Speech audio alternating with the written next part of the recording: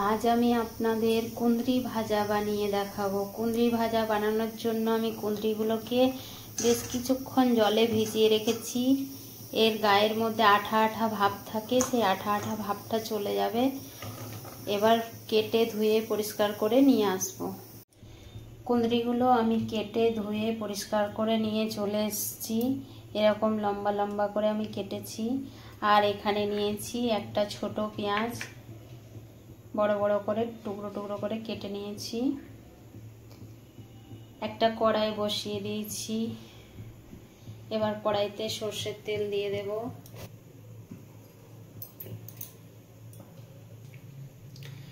ফোড়নে দেব গোটা জিরে আর একটা শুকনো লঙ্কা ফাটিয়ে দেব। ফোড়নটা ভাজা হয়ে গেছে। এবার আমি পেঁয়াজ কুচিটা দিয়ে দেব। পেঁয়াজটা একটু নাড়িয়ে নিয়েছি। এরপর আমি কেটে রাখা কুঁদরিগুলো সব দিয়ে দেবো এর মধ্যে। এবার এরকম করে নাড়িয়ে নাড়িয়ে ভেজে নেব।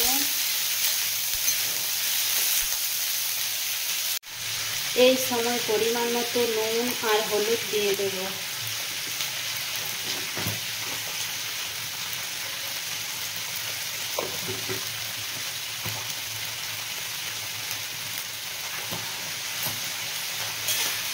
এবার নাড়িয়ে ভেজে নেব। এবার একটু গ্যাসটা কমিয়ে ঢাকা দিয়ে দেব কিছুক্ষণ।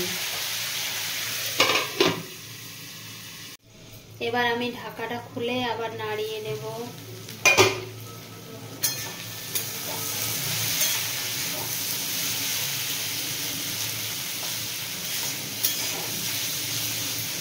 এবার গ্যাসটা ফুল করে আমি ভেজে নেব।